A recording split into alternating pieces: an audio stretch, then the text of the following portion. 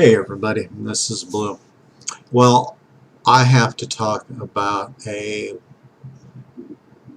blog that I saw online today. I was on Facebook and sorry, I was on Facebook and I saw a link, and I try to go through all these links because I like to stay informed, and sometimes you learn something. And I saw this link to the Traveling Witch, which is their own website. This is a collab blog website focusing on various aspects of witchcraft. Their latest one, they're talking about how to find a patron god. And through most of the article that I was reading, I felt that she had a very weak connection with deities. She is, talk, do you want one? Do you need them? What aspects do they play in your witchcraft? Do you need to have both male, female, and all that stuff? And I was willing to go, okay, well, yeah, I don't agree with all of this, but, it's an interesting read. But then she went stupid on me, and I have to make a video about it. So as I scroll down, there is, so how should you approach a deity? Oh my gosh. Okay. As I made clear by this point, I view working with gods and goddesses as completely optional part of the craft, and not something that should be rushed into. And that part I agree.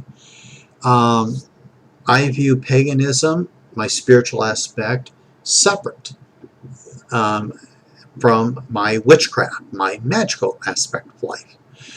There are many times where you can put them together because sometimes you need to meditate on a spiritual level, and you are asking for an assistance or visualization from a god or goddess. And so while they're separate, they can intermingle at points. Okay. And she's continuing on. My advice is to focus on witchcraft first and foremost, and start researching the deities that you might be interested in on the side. I have a problem with that because, you can be any religion and be a witch, first and foremost. But this part right here, to me, is her treating gods and goddesses like Pokemon. Hey, just research them on the side, and well, that's pretty much it. Okay, again, your source of power is you. Focus on your innate power and learning to utilize it, and worry about the deity thing second. You do have power inside yourself, but not all your power is inside of you. We collect energies from various parts of the world around us and the universe around us. Some of those energies also come from deities. It is called channeling when we can make a connection, a special connection, to a specific god, goddess, or pantheons of gods and goddesses. And at times we receive energies from them. So she just has this major disconnection that I question. If and when you find a deity that interests you, do a deep dive into researching them. Learn about their myths and folklore. Learn about the cultures they come from. Learn about modern practices and read what they have to say about their relationships with that deity. Holy fuck no! This isn't a Yelp review, okay? If you are working with a god or goddess, you don't go looking for reviews, because getting a review from somebody who is not like you in any way, shape, or form, or is wanting something completely different and rushed into this particular god, goddess, are going to give you different points of view. They're going to view other things important or unimportant. So looking at what other people think of a god or goddess is silly. You have to find out how it feels inside of you. You are the only one that matters on this.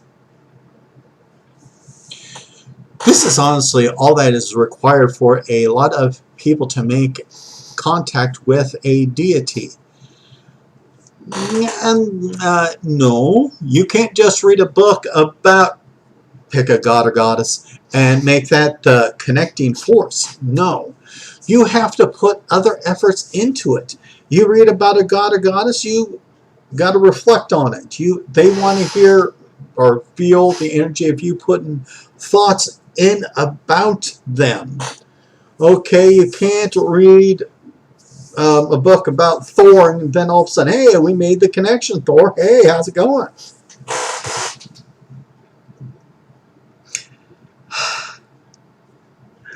If this happens, congratulations, you met your first deity. No.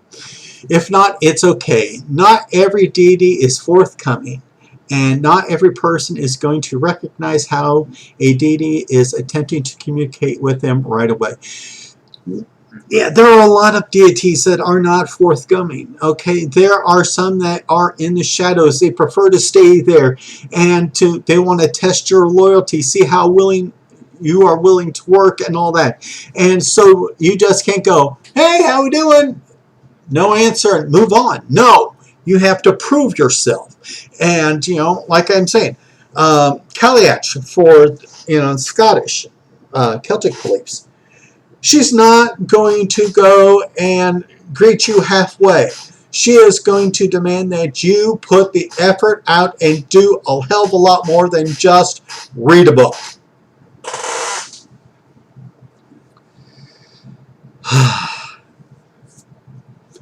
You may need to sit down and hold a personal ritual to introduce yourself before they start making a significant contact with you. No! Again, okay, it's just like a little ritual is not going to be enough for many gods and goddesses that work in the shadows or other realms. This person is just an idiot. Keep in mind that even after you've started working with a deity, it is completely within your rights to set boundaries, negotiate the terms of your relationship, and if necessary, end the relationship. This isn't a Pokemon. This isn't a business negotiation. Okay? This is a deity. This is something that is beyond you, that works with a lot more energies, that has more influence on the world than you. You are nobody. You do not get to go and negotiate the terms of service here. Okay? This is not a Pokemon. Okay? If this is a deity you're supposed to honor, show respect for, and know your place, you do not get to dictate terms of service. This twit does not know what the heck she's talking about. Just because a god or goddess gives you their attention doesn't mean that you are shackled to them forever. That's right. And just because you read a book about a god or goddess doesn't mean that they owe you shit.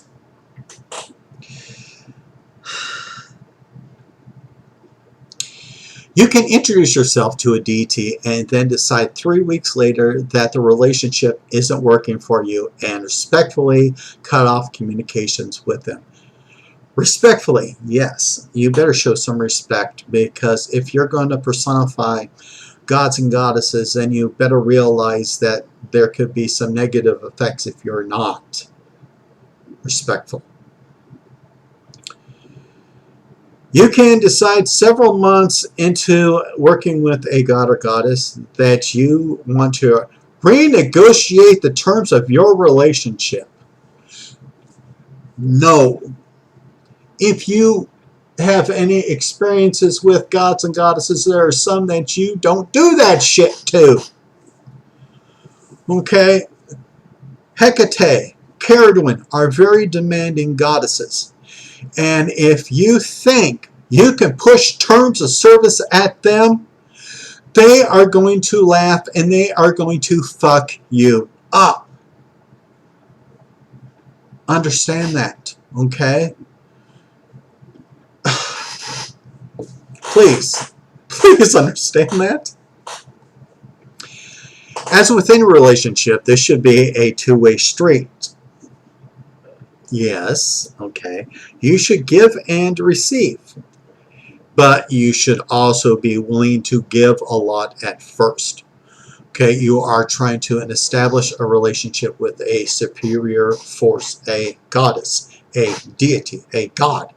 And so you don't just go in there and say that you're on equal grounds and, hey, this is what we're going to do. It don't work that way.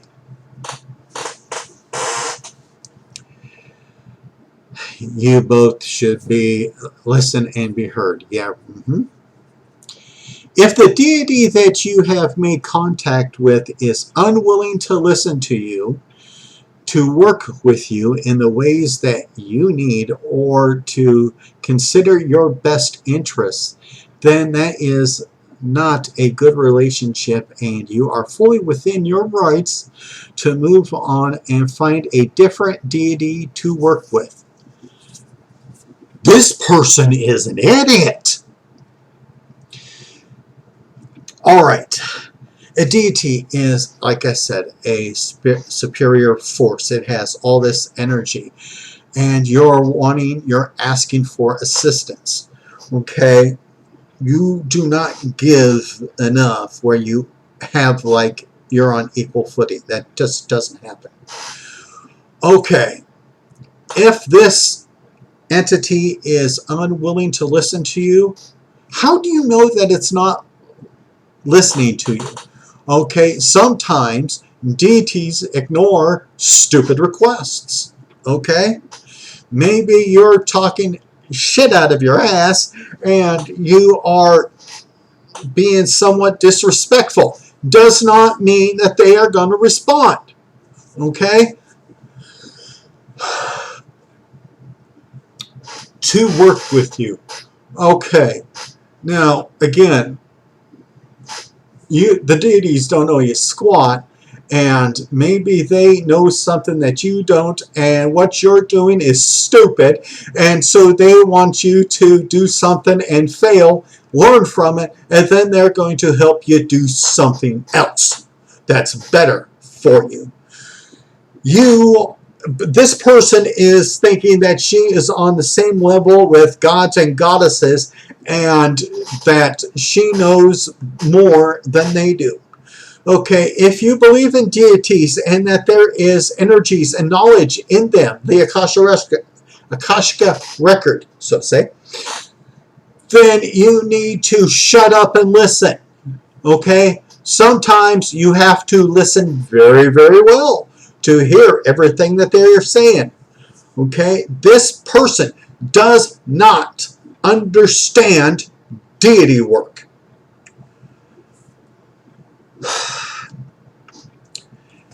Then that is not a good relationship and you are fully within your rights to move.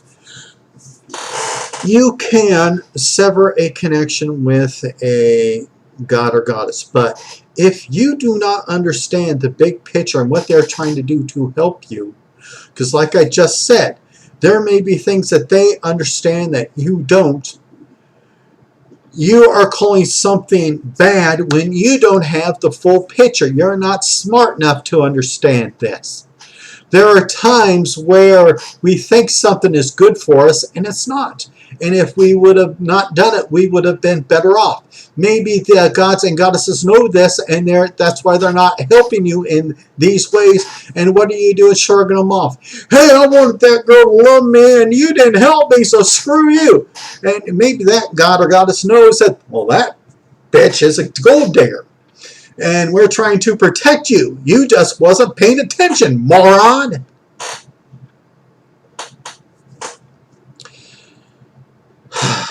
Okay, that's something I had to rant about. Overall, choosing a deity should be a slow process and one that you take your time with. Yes, it is. Okay? This is a major important relationship in your life. Yes, it is. So, this thinking that you can renegotiate and set terms of service is not going to work. Okay?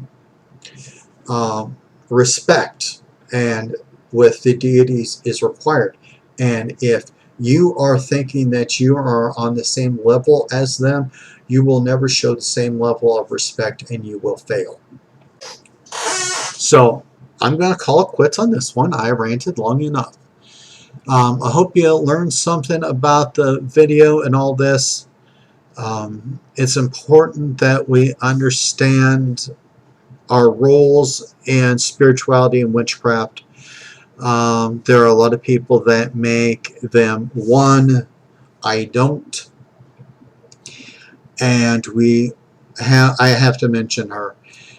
This gives you the wrong clues in life. And the things that she is saying that you can do are things that Emily does. And Emily's an idiot. So if you want to be like an idiot, do what this person says. But if you want to build a good spiritual life and have a well-working understanding of spirituality and witchcraft, ignore what this person has to say. Okay? Take the time, develop a relationship, understand that respect is required. They don't owe you shit. But if you want them to help you, you owe them, and you have to present to them before you try to call them on any magical work. All right? So everybody, please take care. Be at peace.